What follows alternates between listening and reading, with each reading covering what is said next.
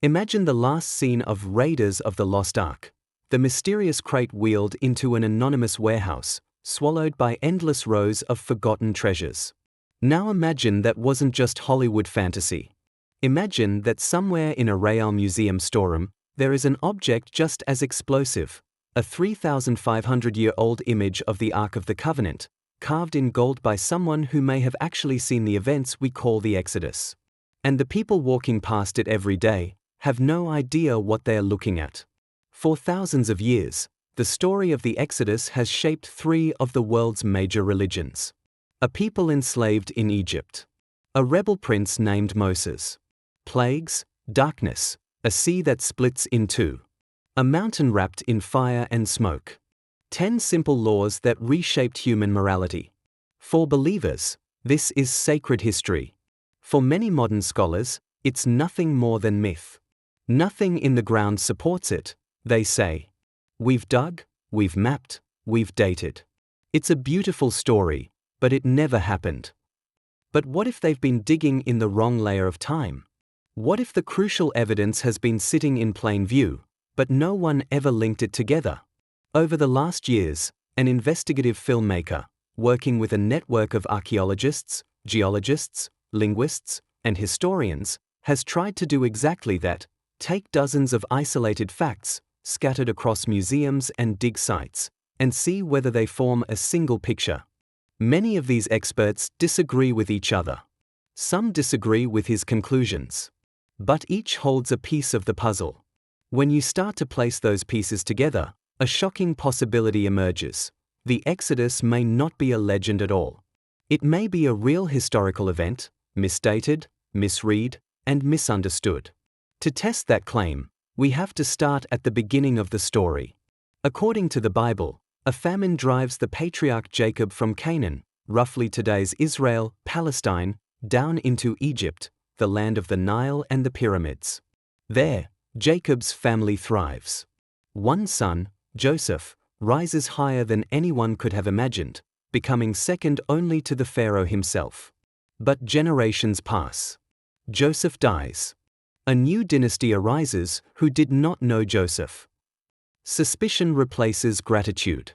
The descendants of Jacob are no longer honored guests, they are forced labor.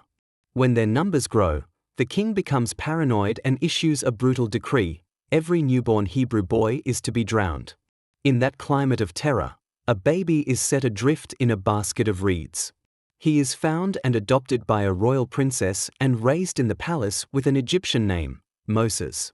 As an adult, he sides with his oppressed kin, flees into the desert, and disappears. Decades later, he returns with a message that echoes through history: "Let my people go." 10 times, the king refuses. 10 times, Egypt is hit with disaster. Rivers turn foul, insects swarm, livestock die, hail and fire fall from the sky, darkness swallows the land, and finally the firstborn sons of Egypt die in a single night. Only then does the king break and let the slaves walk free. But once they've gone, he changes his mind, chases them to the edge of a sea, and thinks he has them trapped. And then the impossible happens: the waters divide. The fugitives cross on dry ground. The army drowns. From there, the people are led to a mountain in the wilderness. In fire and thunder, they receive a new code of law, engraved on stone tablets and placed in a golden chest, the Ark of the Covenant. That's the story as tradition tells it. Now the question: is there anything in the archaeological and geological record that matches it? For a long time, the answer seemed to be no. In fact, one of the most dramatic pieces of evidence was literally dumped in a basement. Back in 1947, an archaeologist named Claude van der Slijen, building on work by earlier scholars, studied a broken victory monument, a stela, from an Egyptian king named Ahmose, who ruled roughly 3,500 years ago. The fragments, now in the Cairo Museum, describe a terrifying catastrophe: violent storms, thunder, the sky in upheaval, Egypt plunged into darkness. The text even hints that these events coincided with the power of a single god, not the usual crowd of Egyptian deities. Lightning, storm, darkness, a judgment linked to one god. If you've heard the Exodus story, that language sounds eerily familiar. According to conventional chronology, Ahmose ruled around the time a foreign people known as the Hyksos were expelled from Egypt. Ancient Egyptian records describe the Hyksos as Asiatic, Semitic rulers whose capital was a city in the eastern delta called Avaris. They were driven out in a mass departure later celebrated as a great national victory. The Bible, completely independently, tells of a Semitic population enslaved in the eastern delta who leave Egypt in a mass departure later remembered as the Exodus. Two different texts. Two different points of view. One event? Most scholars have answered no. For one reason, the dates don't line up. They place the Exodus, if it happened at all, in the 13th century BCE, under the famous Ramses II. The Hyksos are usually set at least 200 to 300 years earlier. Egyptian chronology, they argue, is rock solid. You can nudge it a decade or two, but not centuries. And yet, when you go back to the Bible's own internal timeline, you get a very different date. One passage in the Book of Kings says that the Exodus took place about 480 years before King Solomon's temple in Jerusalem. Many historians place Solomon's early reign around the mid-10th century BCE. Work backward, and you land in the mid-15th century BCE, around 1500 to 1450 BCE. That puts the Exodus right on top of the end of the Hyksos period. If that's correct, then archaeologists have been looking in the wrong century for biblical evidence. And if you misplace something by 200 to 300 years in archaeology, it's like trying to find World War II wreckage in a 1990s junkyard. You'll dig forever and never connect the dots. So what happens if we take that earlier date seriously? Do we see anything in Egypt around 1500 BCE that looks like the world of Joseph, Moses, and the Exodus? Travel south from the delta to a rock-cut tomb at Beni Hassan, dated to around 1900 to 1800 BCE, and you see something astonishing. A painted scene of a group of Semites coming into Egypt from the northeast. They wear brightly patterned, multicolored garments. They lead donkeys. Their families and goods are with them. The inscription identifies them as a foreign Asiatic group, sometimes read as Amu or similar. In other words, a family-based migration from the area of Canaan into Egypt, centuries before the Hyksos expulsion, matching the general pattern the Bible describes for Jacob's clan. Now move back north again, to the buried ruins of Avaris, the former Hyksos capital, now beneath a modern village in the eastern Nile Delta. Here, Austrian archaeologist Manfred Beitak has spent decades digging, only to be forced, year after year, to backfill his trenches and let farmers plow over the site again. Under those fields, he found a sprawling Bronze Age city with palaces, temples, and foreign neighborhoods. In one layer from the right period, he found Egyptian scarab seals used by high officials. On some of them, a name appears again and again, a Semitic name, Yaqub or Yaqub, virtually identical to the Hebrew Yaakov, Jacob. Royal seals bearing the name Jacob, in exactly the place and time the biblical text says Jacob's descendants rose to power in Egypt. From the same broad period, in the Sinai Peninsula at a site called Se'abit el-Qadim, Egyptian expeditions mined turquoise, often with forced labor. On the rock walls and in the mines, someone carved short, early alphabetic graffiti, what scholars call Proto-Sinaitic script. One of the most famous inscriptions is a simple plea, El, rescue me, or El, save me. El is one of the oldest Semitic names for the God of Israel. So in one stroke, Se'abit gives us two critical elements the Bible ascribes to Moses' followers, a non-hieroglyphic alphabetic script, and worship of a single Semitic god called El, recorded in the right region and period. We now have a Semitic migration into Egypt. Semites rising to high status in the Delta. Semitic slaves crying out to a god named El in an Egyptian mine. That still doesn't prove a dramatic departure. But it draws a credible backdrop. The next step is to explain the plagues. Around 1500 BCE, something else happens in the eastern Mediterranean. The island of Santorini, north of Crete, explodes. Not in a minor eruption, but in one of the largest volcanic events in human history. The blast sends an ash plume 30 to 40 kilometers into the sky and hundreds of kilometers across. The sound waves would have circled the planet multiple times. The eruption devastates the thriving Minoan civilization and sends shockwaves, literally and figuratively, around the region. Volcanologists and archaeologists have argued for decades about the precise date of the Santorini eruption. Many geologists push it earlier, into the 1600s BCE. But Beitak and others have found pumice from Santorini embedded in exactly the layers at Avris that correspond to the early 18th dynasty, around 1500 BCE, right where our Exodus timeline lands. The earth is shaking from Greece to Egypt. The sky is darkened by ash. The Mediterranean seafloor and the Nile Delta fault system are under immense stress. What does that have to do with rivers turning to blood, frogs, insects, hail, darkness, and the death of Egypt's firstborn sons? More than you might think. Modern history gives us a terrifying glimpse of how it can work. In 1984 and 1986, lakes in Cameroon, Lake Manoun and Lake Nyos, suddenly changed color. Their clear waters turned reddish-brown. Fish died, floated, and rotted. The cause wasn't magic, it was gas. Carbon dioxide and other gases had been building up at the bottom of the lakes from volcanic activity below. When something disturbed the water column, the gas erupted upward, turning the lower layers anoxic and bringing iron-rich water to the surface. As that iron oxidized, the lake literally rusted, turning red. In the Exodus story, the Nile and its canals turn to blood. Fish die.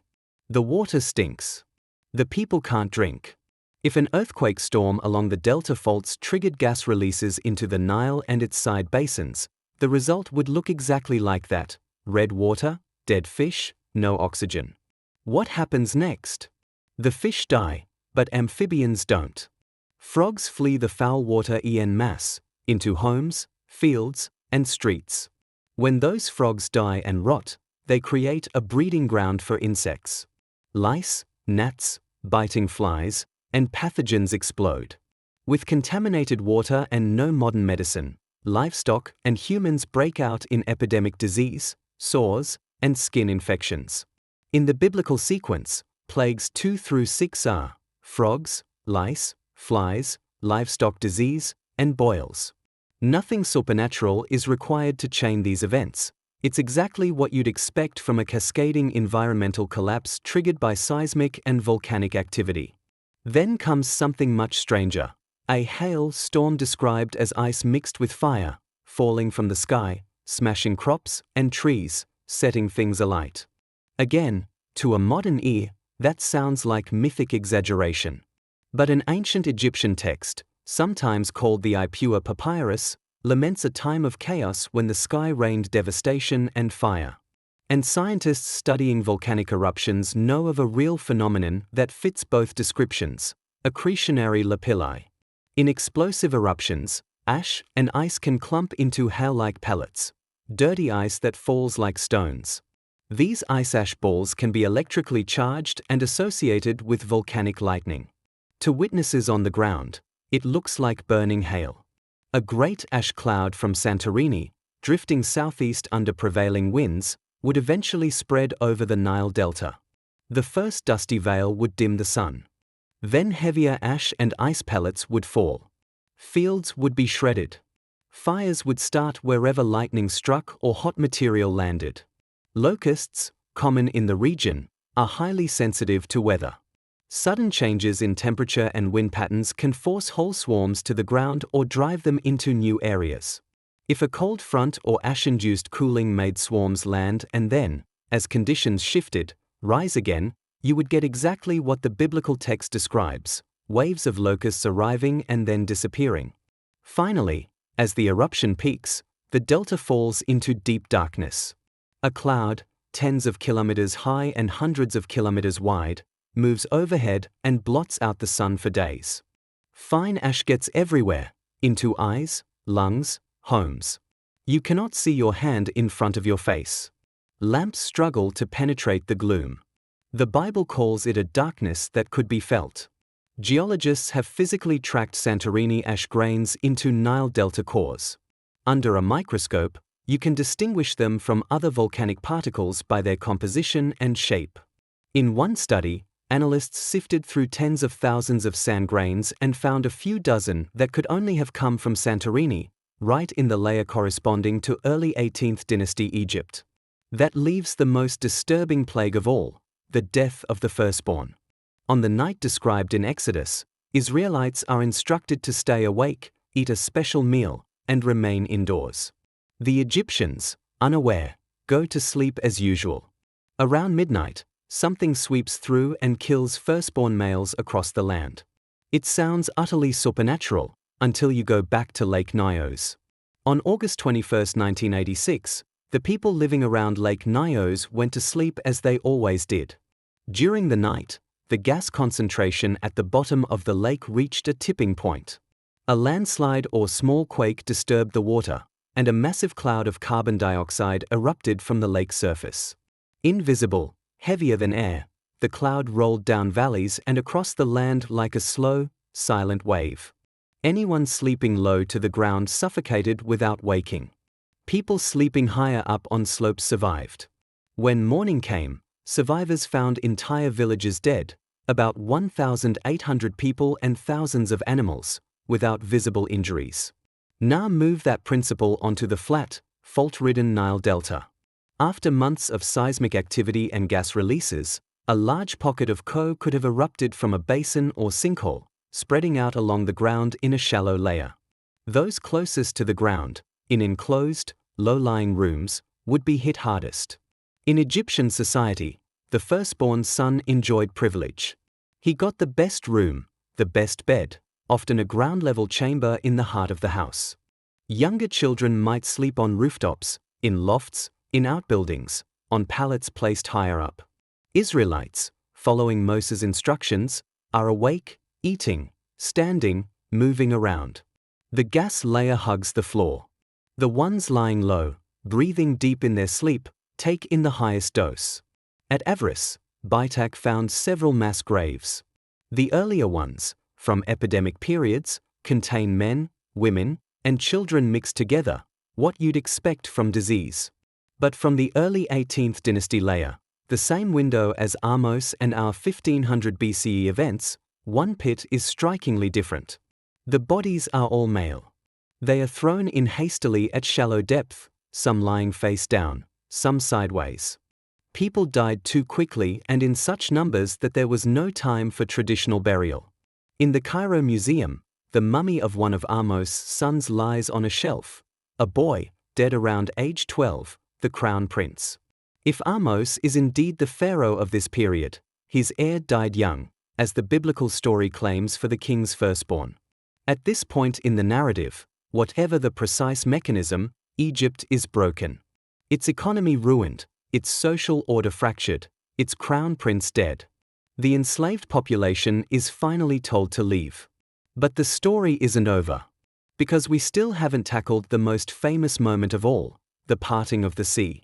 For generations, people trying to find the miracle have headed to the modern Red Sea, diving for chariot wheels and swords in deep water. But the Hebrew text doesn't say Red Sea. It says Yam Suf, the Sea of Reeds. Reeds don't grow in saltwater gulfs, they grow in shallow lakes and marshes. So instead of looking at deep ocean trenches, we should be looking at the chain of lagoons and lakes that once stretched across the northeastern delta where the Suez Canal now runs. Here, another Egyptian monument comes into play, a granite inscription from the time of Ahmose or his immediate successors. On it, Egyptian scribes describe a campaign against a group they label as evildoers led by a prince of the desert. The Bible calls Moses a kind of leader judge. An Egyptian scribe might call him something like that. The text includes a hieroglyphic compound of 3 wave signs stacked with 2 knife signs driven into them. To an experienced reader, that combination means water that has been cut or divided waters. It is also tied to the name of a specific place. An Egyptian toponym usually vocalized something like Pi-Hahirot, which many scholars have long associated with a body of water in the northeastern delta. When you overlay that with ancient maps and satellite imagery, one candidate jumps out: a lagoon now known as Lake El Bala, a shallow basin that once formed part of a chain of lakes between the Nile and the Mediterranean. Before the Suez Canal was dug in the 19th century, this was a true sea of reeds, with brackish water, marshes, and channels. The ground here today is a salty flat. But viewed from above, you can still see the old shoreline depressions. The lake lay exactly where the main escape route out of the delta funneled into the desert.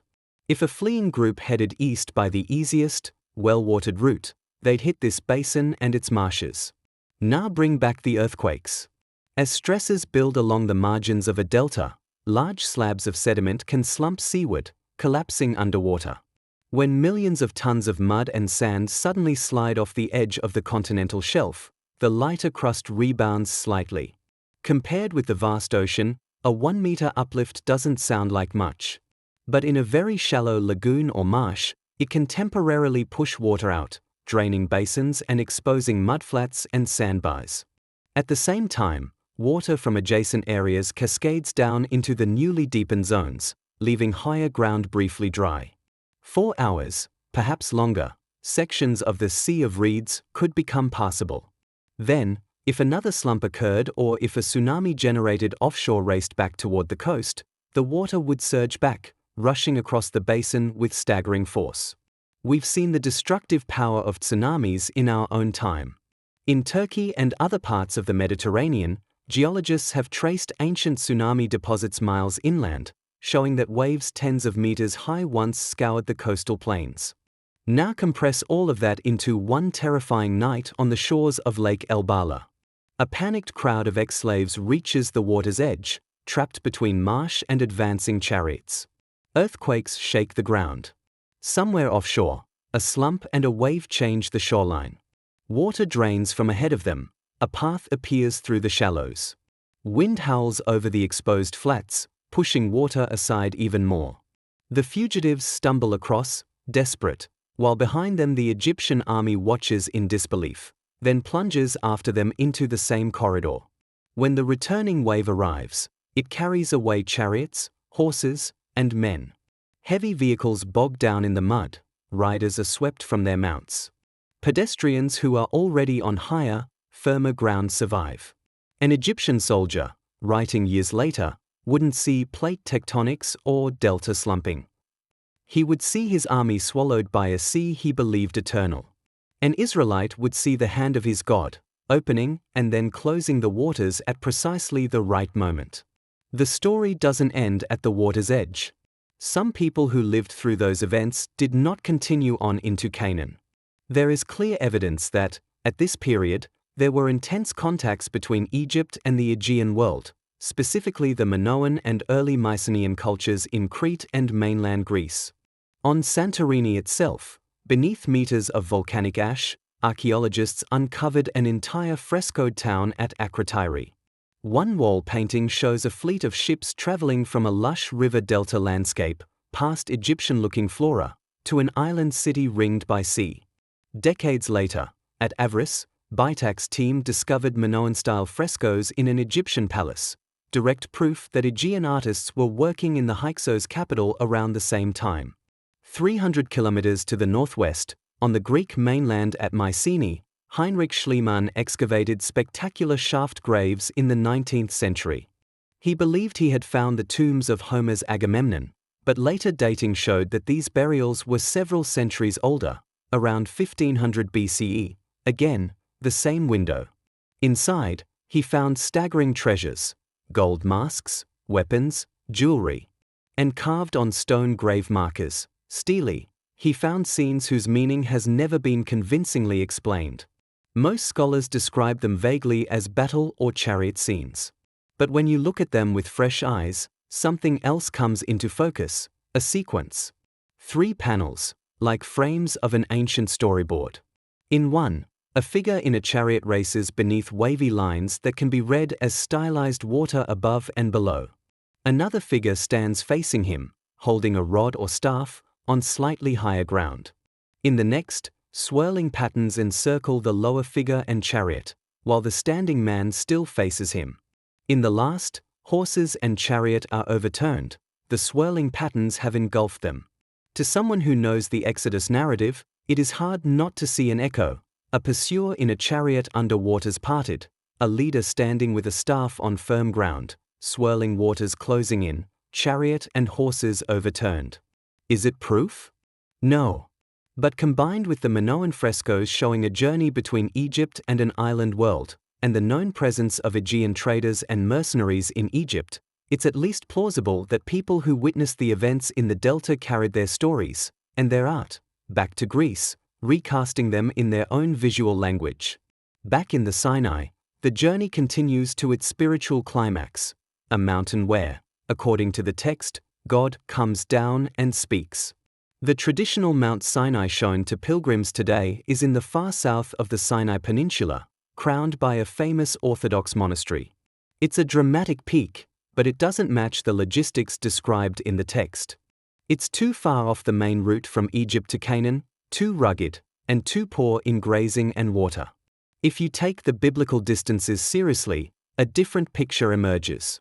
The text says the Israelites reached a place called Elim, with 12 springs and 70 palm trees, a few days after crossing the sea. There is, just south of the old Lake El Bala Basin, a cluster of springs and palms still known locally as the Springs of Moses. From there, the journey to Sinai is described as taking roughly 2 weeks by foot. Later, another passage says Sinai is about 11 days' journey from a place called Kadesh Barnea, which most archaeologists identify with a specific oasis in northern Sinai. And earlier still, Moses encounters Sinai while tending the flocks of his Midianite father-in-law, Midianites whose presence in the Sinai is only archaeologically attested in one specific zone, around Timnah, an ancient copper mining district north of the Gulf of Aqaba. Draw a circle of plausible walking distance around each of those 3 points, Elim to the west, Kadesh Barnea to the north, Timnah to the east, and the overlap zone is small. Inside it, only one mountain is surrounded by an extraordinary ring of ancient open-air altars and enclosures, a modest height but visually dominant peak called Jebel Hashem el Tarif. It sits right beside the main east-west desert track. It has a broad plateau at its base large enough to hold a vast encampment. Climb it, and you find something unusual at the top, a prominent cleft, facing a natural amphitheater below, perfect for someone addressing a crowd. Around the summit plateau, there are circular stone structures interpreted as ancient burial or cult platforms. And most strikingly, there are thick white deposits, travertine, a calcium carbonate buildup, indicating the presence, long ago, of a freshwater spring at the very top of the mountain. In a parched plateau where most peaks are bone dry, a mountain with a summit spring and a ring of shrines stands out, both physically and symbolically. If Moses did lead a group of refugees into Sinai and have a defining encounter somewhere, this is exactly the kind of mountain it would have been: accessible, central, supplied with water and grazing, and already recognized as a sacred high place. At the foot of such a mountain, the text says, Moses and his craftsmen built a portable sanctuary, the tabernacle. It was essentially a tented courtyard with a wooden framework and embroidered curtains. At the center, behind a second veil, stood a small inner chamber, the Holy of Holies, containing only one object, a gold-plated wooden chest with poles for carrying and a lid flanked by winged beings. That chest, the Ark of the Covenant, became the portable throne of Israel's invisible God. Only the high priest could enter the inner chamber, once a year, and only with elaborate ritual. No one else alive would have seen what he saw from that angle: the ark in front, then the incense altar, then the lampstand and the table of bread further out. If the Exodus actually happened, and if some of the people involved eventually traveled north and west, into the world of Mycenae, could any echo of that sacred furniture survive in their art? Among the hundreds of gold objects from the Mycenaean shaft graves is a small, intricate piece of jewelry that has always puzzled scholars. It shows a rectangular object flanked by posts, a sloping element, and another block-like shape behind it. Seen as a single, flat motif, it doesn't quite make sense. Seen as a top-down plan view of 3 objects in a row, it suddenly looks like something else: a ramped altar, a tabernacle platform, and a rectangular chest with pole-like extensions.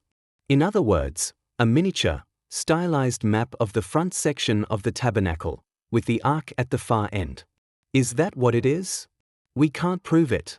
But if you take the Exodus narrative seriously, combine it with the Aegean connection, and then find a 3,500-year-old gold piece that matches the layout described in the book of Exodus when you unfold it into 3 dimensions, it starts to look less like coincidence and more like memory. By now, we have stacked a lot of evidence. A Semitic migration into Egypt.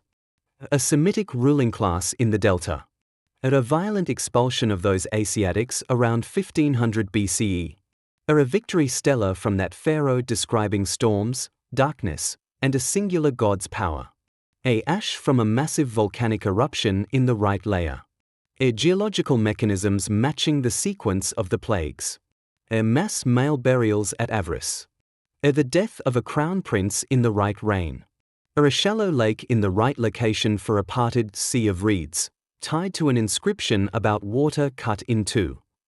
A Greek and Egyptian art that appear to encode the crossing of a divided sea and perhaps even the layout of the Ark sanctuary.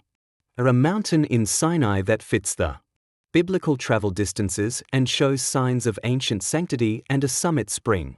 In other words, a miniature, stylized map of the front section of the tabernacle, with the ark at the far end. Is that what it is? We can't prove it. But if you take the Exodus narrative seriously, combine it with the Aegean connection, and then find a 3,500-year-old gold piece that matches the layout described in the book of Exodus when you unfold it into 3 dimensions, it starts to look less like coincidence and more like memory. Is any single piece a smoking gun? No. Archaeology almost never works that way. But together they form a pattern that is very hard to dismiss. For skeptics, that pattern is uncomfortable. Accepting that something like the Exodus happened means accepting that a core story at the heart of Judaism, Christianity, and Islam has a historical backbone. For some believers, the scientific explanations are equally uncomfortable. If we can trace plagues to gas releases and ash clouds, and the sea crossing to earthquake-driven water movements, does that drain the story of its divine power? The ancient text itself suggests the opposite. It never says that nature was suspended. It says that nature was directed. Winds blow. Earth trembles. Waters move. Disease spreads. What makes those events miraculous is their timing, their sequence, and their impact on a particular group of people at a particular moment in history. In the end, whether you see the Exodus as pure geology or as geology guided by a higher hand is a matter of faith. What the emerging evidence suggests is that behind the liturgy and the legend, something real did happen.